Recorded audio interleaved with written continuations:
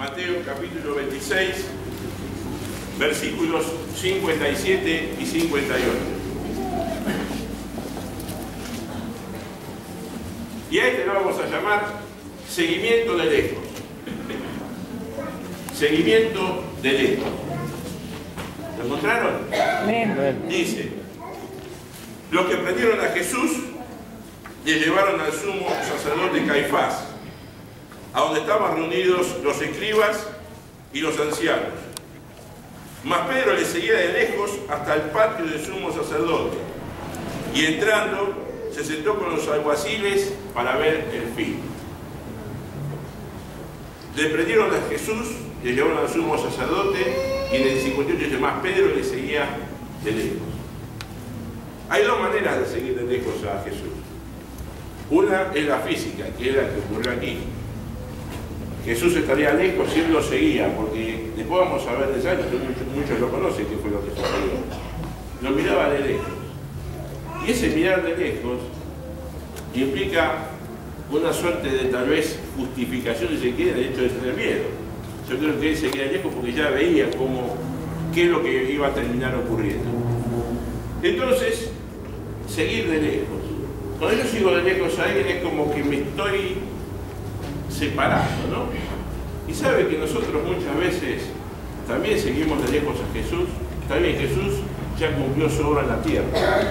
Pero nosotros muchas veces con nuestras actitudes también nos seguimos de lejos. Yo me anoto en esta de seguimos de lejos. Yo también lo he seguido de lejos muchas veces y no tengo vergüenza en decirlo. Porque yo creo que también debe haber acá personas que debe haber sucedido lo mismo. En determinados momentos pareciera que alguien dice: no, yo me voy a tomar un descanso, un falso descanso, pero no hay ningún descanso. Me voy a tomar un tiempo. No, ahora yo en mi casa nomás. Yo oro en mi casa, Dios está en todas partes. Eso es una forma de seguir de lejos también. Acá Pedro lo que hizo es alejarse físicamente. Yo no quiero estar cerca de esa persona. Y esto también es algo que, si yo fuera Jesús, o cualquiera de nosotros que tenga un amigo, en el momento en que más hace falta, el amigo no está, no le sentiría cuanto menos defraudado. Jesús entonces pudo sufrir en carne propia justamente el hecho de que su discípulo principal lo siguiera de lejos, seguirlo de lejos. Este es entonces el cuarto paso que llevó a la caída de Pedro. Tenemos un quinto caso ahora. Volvemos al Evangelio de Juan, en el capítulo 18.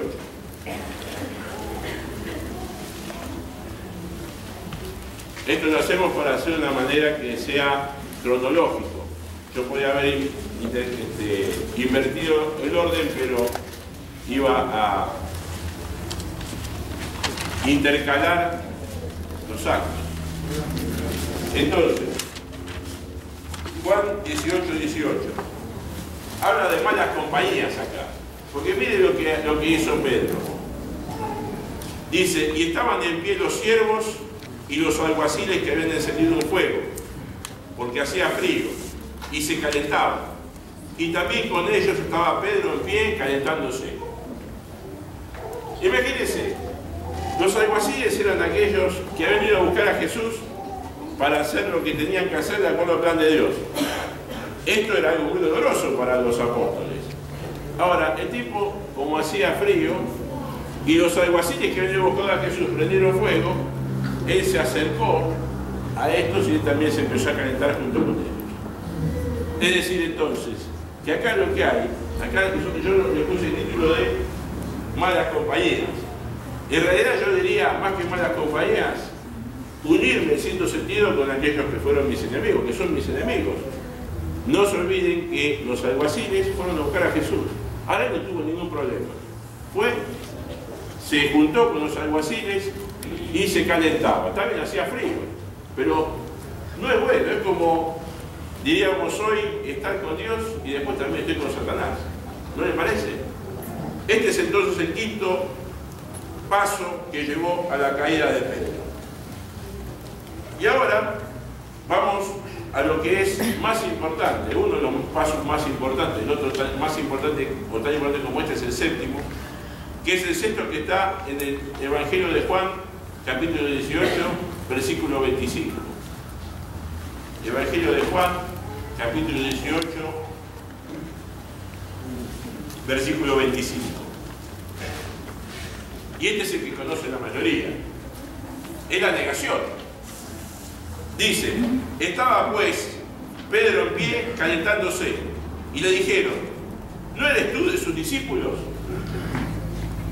Él negó y dijo, no lo soy. Esta es la primera negativa de Pedro respecto de Jesús. Jesús ya le había avisado antes. Jesús le había dicho que él iba a negar 3 veces antes de que el gallo cante. Entonces acá cuando le dicen, te vimos con él. Además el otro pasaje dice, vos sos Galileo, por la forma de hablar, estabas con él. Él se abrió. Yo creo que aquí lo hizo motivado más que nada por el miedo. Yo creo que a esta altura ya Pedro realmente tenía miedo de que le ocurriera algo a él. Entonces entendió que la forma en la cual él podía evitar ese miedo era justamente negar a Jesús. No, yo no tengo nada, yo no estuve con él. Nosotros somos de hacer esto, nosotros llegamos a negar a Cristo. Pareciera que no de esa forma, pero siempre, como lo digo, hay otras formas en las cuales, sin ser una negativa expresa, sí implican en los hechos que yo lo niegue a Jesús. Como dijimos hoy, con nuestros hechos, con nuestros actos, muchas veces hacemos esto de negar a Cristo.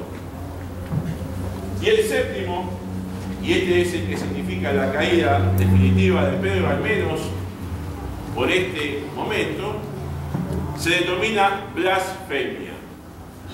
¿Qué es una blasfemia? Es una palabra gravemente injuriosa contra Dios. La blasfemia es un pecado bastante pesado de cristiano. Y justamente vemos en el Evangelio de Marcos, en el capítulo 14, cómo se concreta la blasfemia de Pedro. Entonces dijimos, engreimiento, dijimos tranquilidad o indiferencia, temeridad, seguimiento de lejos, malas compañías, negación abierta y blasfemia.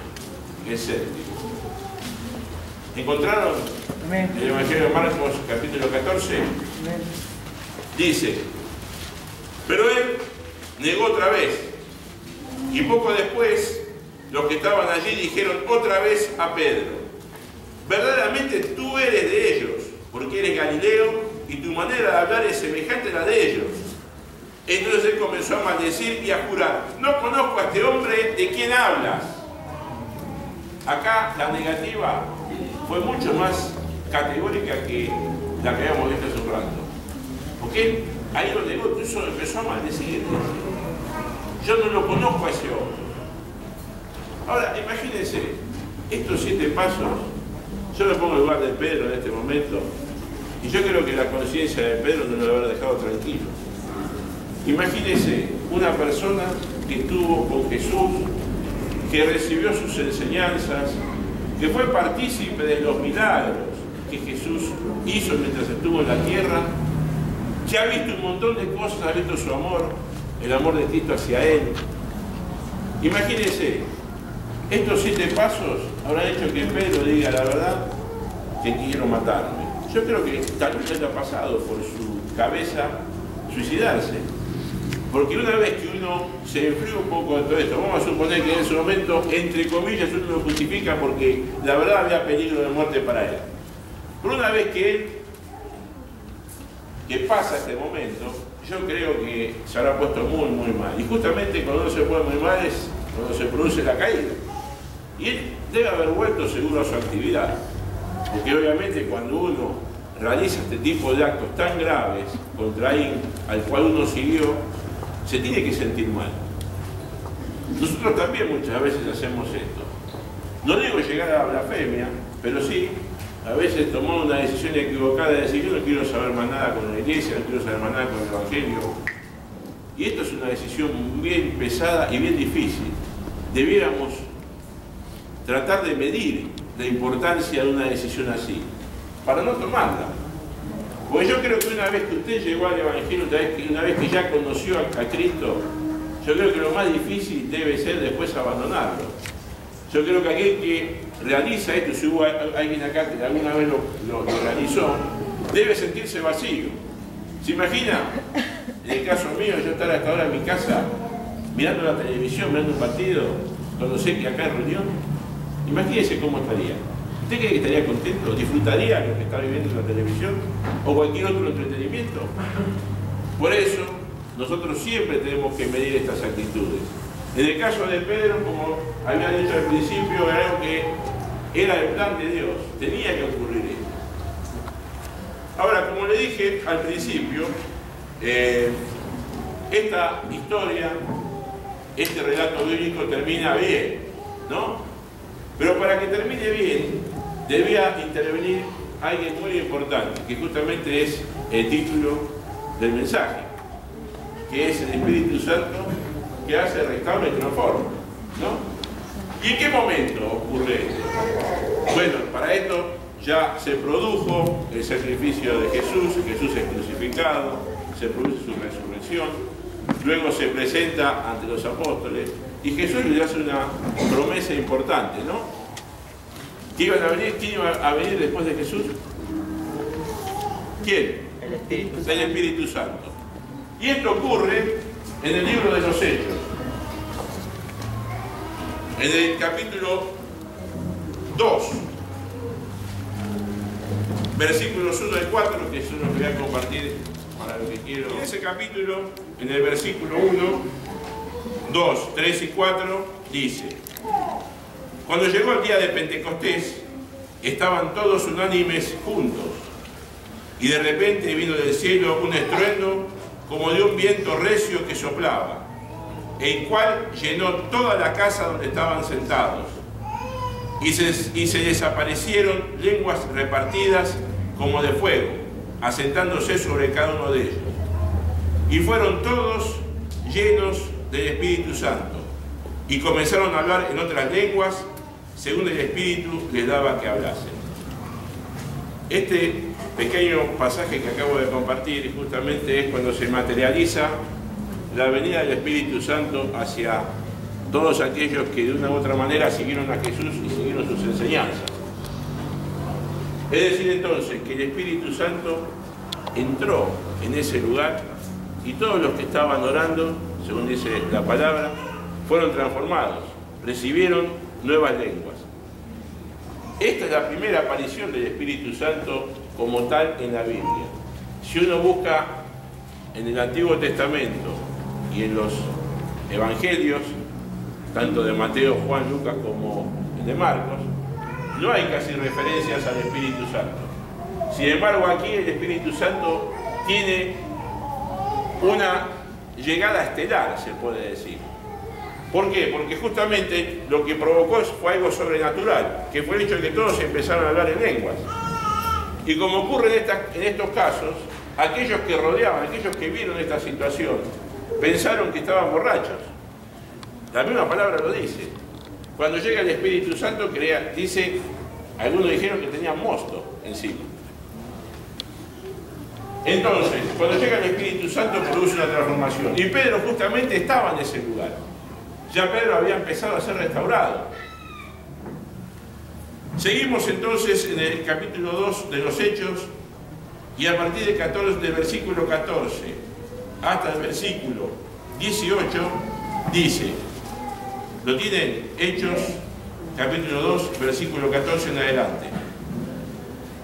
Entonces Pedro, poniéndose en pie con los 11, alzó la voz y les habló diciendo: varones judíos, todos los que habitáis en Jerusalén, esto os sea notorio y oíd mis palabras.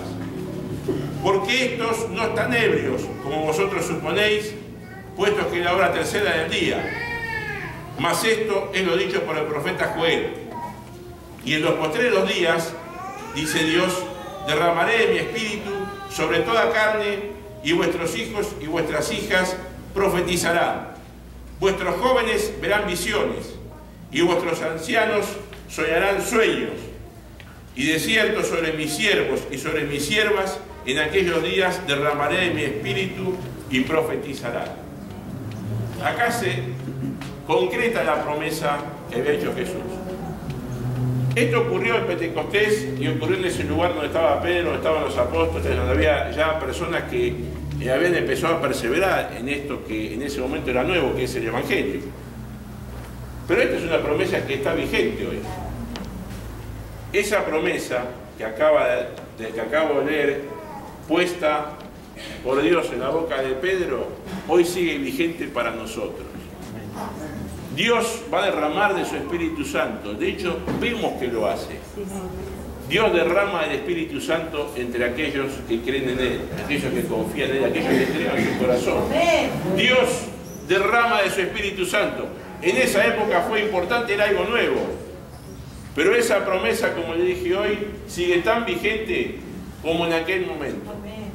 Nosotros tenemos que creer esa promesa y ansiar que Dios nos llene. El Espíritu Santo lo hace. Cuando lo llena a Pedro, esto es lo que de una manera u otra hace que Pedro pase a otro escalón. Hace que Pedro, de esa caída que tuvo, ahora se levanta. Ya Pedro no es la persona que habíamos visto hasta recién, en el cual tenía miedo, hacía cosas que no debía hacer, hacía cosas contrarias a lo que Dios o a lo que Jesús esperaba de él. Ya Pedro pasa a ser otra persona. Y lo vamos a ver justamente en el mismo libro de los Hechos, en el capítulo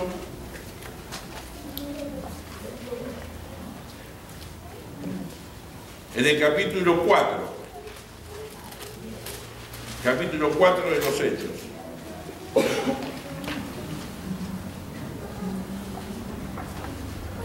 Y vamos a ver que esa persona miedosa, en algunos momentos, esa persona que dudó, justamente en el momento más importante, en estar con Jesús o no estarlo, él justamente eligió no estarlo. Vamos a ver que el carácter de Pedro cambia de una manera fundamental. Después de que el Espíritu Santo lo llenara, ya ese Pedro no era el mismo. Ustedes también. Cuando el Espíritu Santo lo llena, usted ya deja de ser la persona que era antes. Pasa a ser una persona nueva. Pasa a ser una persona restaurada. Pasa a ser una persona cambiada. Ya no va a ser el mismo. Y usted no lo va a poder entender. Sabe que yo muchas veces, a lo mejor no está bien que hable de mí, ¿no? Pero yo a veces me pongo a mirar hacia atrás de cómo era yo. Y no es, vuelvo a insistir, no es que me quiera exaltar ni mucho menos. Pero yo, el pensamiento que tenía, cómo me manejaba, a mí nadie me venía a decir las cosas. Era yo y yo. ¿Vieron? Hay muchos que son yo. Yo era un yo. Sin embargo, hoy yo veo que Dios ha hecho una transformación tan grande. Mirá que yo, si yo me viera hace de 10 años, me viera hoy, no me conocería. No soy el mismo. Dios me cambió. Ahora, ¿usted cree que este cambio fue algo doloroso? ¿Fue algo que yo no quería hacer? Bueno, si había preguntado, mejor iba a decir que no. Pero Dios es el que el Espíritu Santo va obrando nuestras vidas y nos va cambiando. Ustedes, que muchos están aquí, a lo mejor están solos, si son mujeres, su esposo está en su casa, si son hombres, su esposa está en su casa y no quiere saber nada con el Evangelio. No quiere acompañarlo a usted. Usted lo que tiene que hacer es pedirle a Dios que Dios lo va a transformar a ese varón, va a transformar a esa mujer. ¿Creemos esto? Dios transforma. Ahora, ¿qué tenemos que hacer nosotros? Yo siempre digo que para que Dios entregue algo, para que Jesús nos entregue algo, nosotros tenemos que a su vez hacer algo.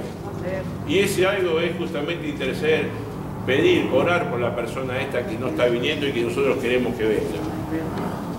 Dios cumple con esto y el Espíritu Santo cambia a las personas, las cambia. Eso es algo que yo no puedo decir porque lo he vivido. Dios cambia a las personas, Dios cambia y muchas veces los cambios son lentos, tardan mucho. A lo mejor yo digo, todavía estoy a mitad de camino, tengo que cambiar un montón de cosas, por supuesto, pero yo sé que Dios lo va a hacer. Yo sé que lo va a hacer y con usted también. Entonces, en los Hechos, capítulo 4, acá vemos que ya no es el Pedro, como dije, el Pedro timorato, el Pedro miedoso, es Pedro que hace cualquier cosa. Acá ya vemos que Dios, el Espíritu Santo, le da audacia y valor. Miren lo que dice en el capítulo 4, versículos 17 al 20.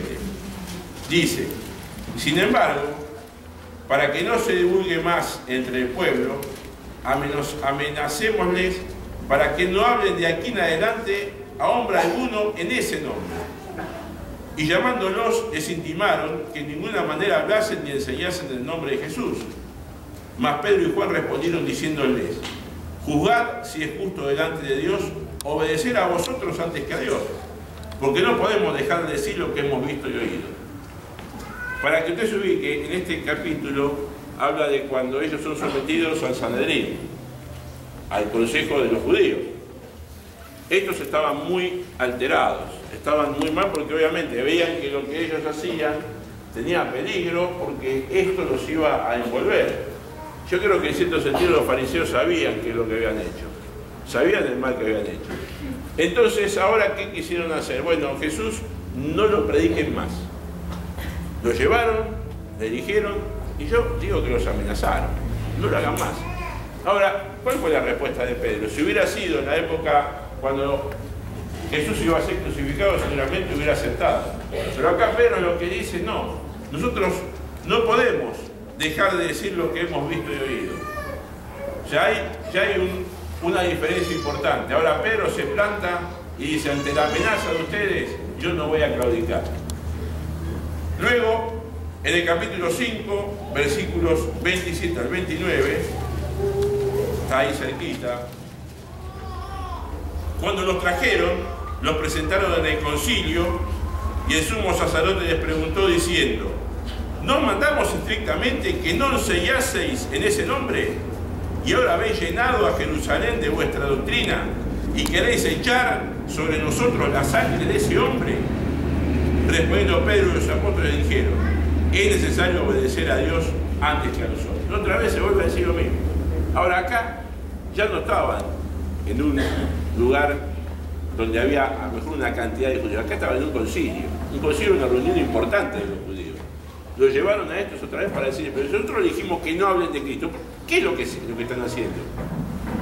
Bueno, justamente acá Pedro les responde de una manera categórica: es necesario obedecer a Dios antes que a los hombres. Vuelvo a lo que habíamos dicho hoy. Si Pedro hubiera sido interrogado en la época en la cual estaba cerca su caída, seguramente Pedro hubiera aceptado y se hubiera ido a su casa. Sin embargo, el Espíritu Santo lo transformó y hoy Pedro, en este caso Pedro, ya era una persona valiente, era una persona que ya no le interesaba su propia vida. En esta época ya empiezan a aparecer las personas que son capaces de dar la vida por la causa. ¿Y nosotros seremos de esos? ¿Daremos la vida por esta causa? Qué difícil, ¿eh? No seamos como Pedro: yo no me voy a avergonzar, y después. Es difícil, ¿eh? Nosotros tenemos una idiosincrasia muy distinta de la que tienen otros pueblos, por ejemplo el pueblo musulmán. Vieron que el pueblo musulmán, como ellos creen en la promesa de Alá, si tienen que inmolarse por la causa, lo hacen. Es un pueblo que nosotros llamamos radicalizado en ese sentido. Qué lindo que seamos que nosotros también tuviéramos esa disposición, ¿no? Pero yo creo que más de uno diría: yo no doy la vida por Jesús. Es lamentable. Yo tendría que pensarlo. Mire, yo tendría que decir que sí. Yo tendría que decir: bueno, lo estoy pensando, ¿vio? En realidad nosotros debemos dar todo por nuestro Jesús. Nuestra idiosincrasia, otra forma de ser, a veces nos impide. Y eso es algo también que uno tiene que entender cuando habla del Evangelio y habla de palabras que han sido escritas hace años atrás. Tenemos que tener en cuenta muchas veces el contexto. El contexto ayuda a entender muchas palabras que así vistas están lindas, pero como que le falta algo. Lléname con tu presencia, lléname con tu poder, lléname